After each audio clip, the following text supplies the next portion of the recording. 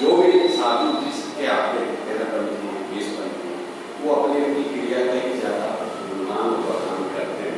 वो कहते हैं ये सही है, ये करना चाहिए, वो कहते हैं ये सही है, ये करना चाहिए, उस मार्ग में नहीं जाना चाहिए, भटक जाएंगे, इधर नहीं करना चाहिए। एक फिर छोड़ दिया था श्राव पर, कि फिर ज़्यादा क्वेश्चन किया जाए तो श्राव पर छोड़ दिया था कि आपको जो विवेक से काम लीजिए और अपना करिए।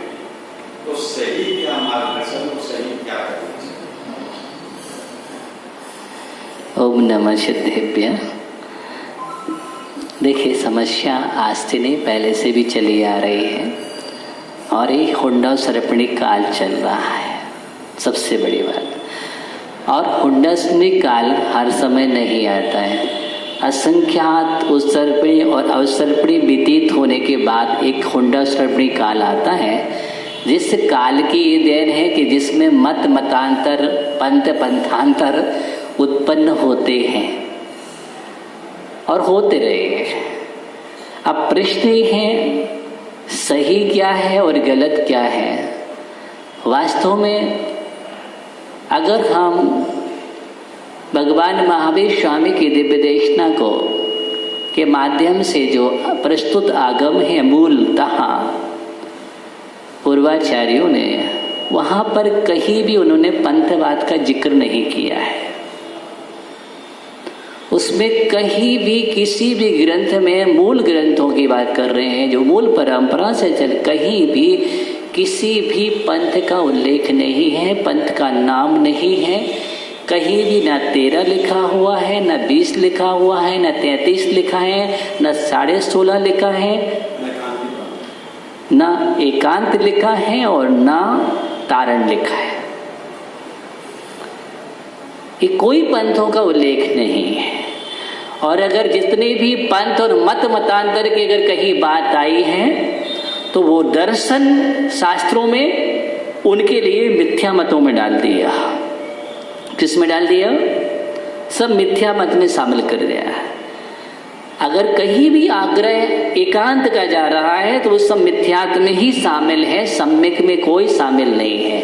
इसलिए आगम में जो विवक्षा है, स्वाध्याय करना चाहिए और स्वाध्याय करके उसमें देखना चाहिए कि सबसे बड़ी समस्या दान पूजा पर और पूजन पद्धति पर जाता है। दान तो 4 प्रकार का दान है, उसमें कहीं विकल्प नहीं है। आहार दान है, उसमें कहीं विकल्प नहीं। सबसे बड़ी क्रिया में विभाजन, और क्रिया का विभाजन ही हमने पंथ बना डाला है।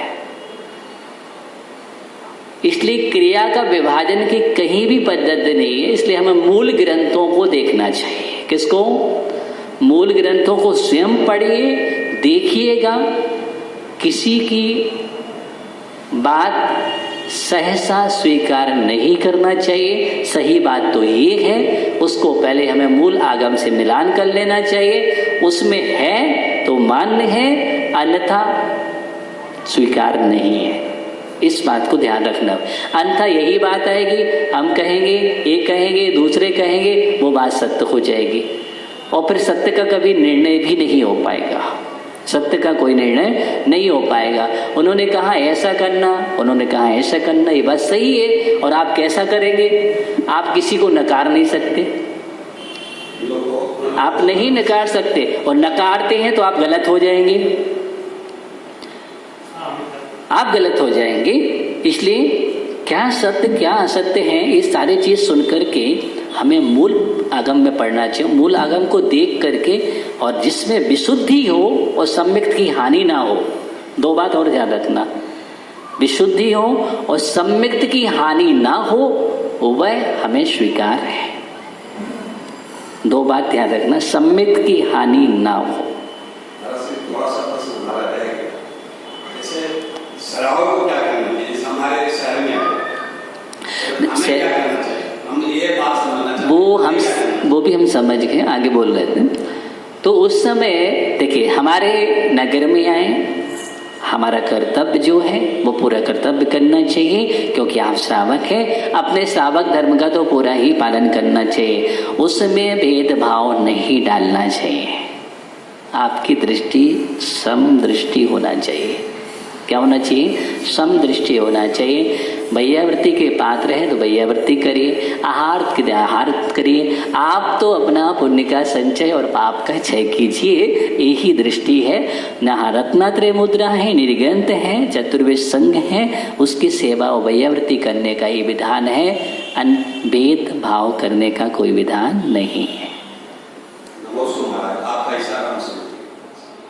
आपने मुझे एक मौका दिया आपसे कुछ प्रश्न धर्मशास्त्र के बारे में पूछने के लिए, इसके लिए बहुत धन्यवाद प्रकट करता हूँ।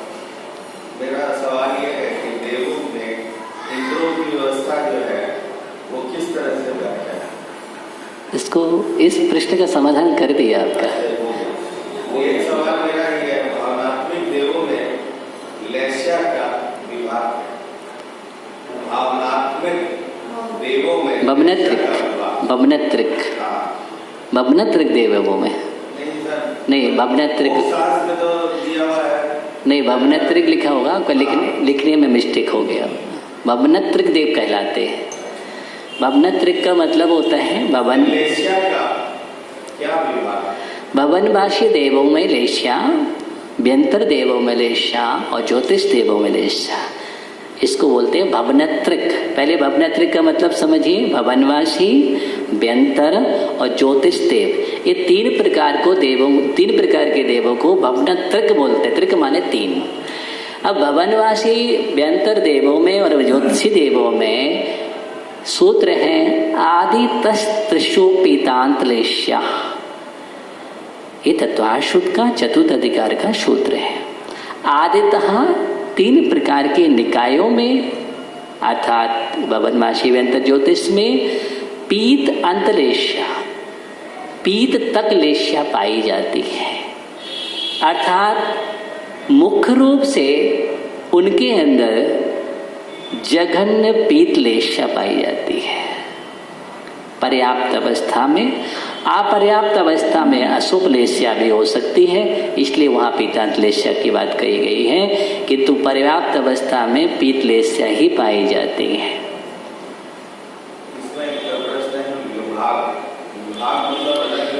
वहाँ विभाग नहीं है, विभाग नहीं है। बबनत्रिक में कोई विभाग लेस्या का नहीं है, एक ही लेस्या है। जब एक लेस्या होगी पर्याप्त अवस्था में तो विभाग कैसे बनेगा? नहीं बनेगा।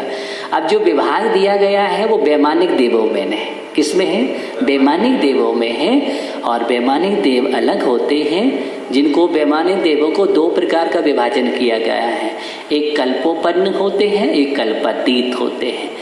जो कल्प में उत्पन्न होते हैं जिनको हम 16 स्वर्ग कहते हैं, 16 स्वर्गों के देवों को कल्पोपन्न कहते हैं, उसके ऊपर के देवों को कल्पातीत कहते हैं।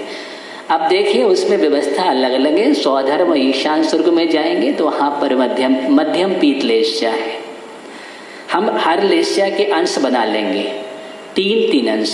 अब यहाँ पर शुभ लेस्या ही होती है। कौन सी लेस्या होती है? शुभ। 6 प्रकार की लेस्या होती है। पहले कृष्ण, नील, कापोत, ये 3 अशुभ लेस्या है। पीत, पद्म, शुक्ल ये शुभ लेस्या है। हम प्रत्येक के 3 अंश बनाते हैं। पीत लेस्या का जघन अंश, मध्यम अंश, उत्कृष्ट अंश। पद्म लेस्या का जघन, मध्यम, उत्कृष्ट। शुक्ल लेस्या का जघन, मध्यम, उत्कृष्ट। इस प्रकार तो जघन पीत लेस्या तो भवनत्रिक में हो गई। स्वधर्म ईशान स्वर्ग में मध्यम पीत लेस्या है। कौन सी है? मध्यम पीत लेस्या है। सानत कुमार और महेंद्र स्वर्ग में उत्कृष्ट पीत लेस्या है और जघन्य पद्म लेस्या का अंश है। ब्रह्म ब्रह्मोत्तर लांतों का पृष्ठ में यहाँ पर हम लगाएंगे तो मध्यम पीत लेस्या है। फिर आगे लगाएंगे तो 9वां, 10वां, 11वां, 12वां यहाँ पर जो लेस्या है वह उत्कृष्ट पद्मलेस्या है और जघन्य शुक्लेस्या है।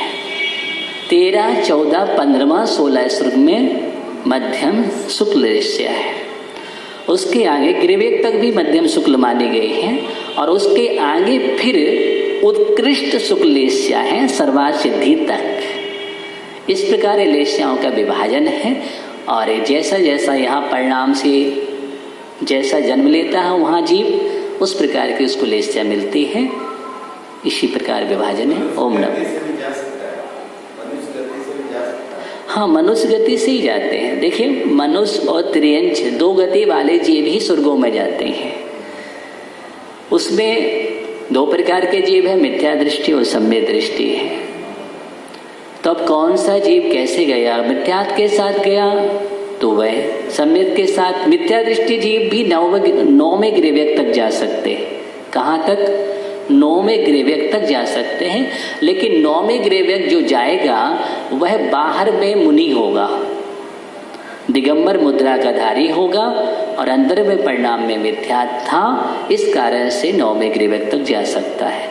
लेकिन अगर भावलिंग के साथ है तो वह जीव सर्वार्थ सिद्धि तक जा सकता है और वह नियम से सम्यक दृष्टि है। तो गृहव्यक के आगे नियम से सम्यक दृष्टि ही उत्पन्न होते हैं और वो दिगंबर मुराज ही होते हैं। इस काल में वहाँ तक गमन नहीं है। संगन की अपेक्षा से 8वें सुर तक ही गमन है, इसके आगे नहीं है। ओम नमस्ते।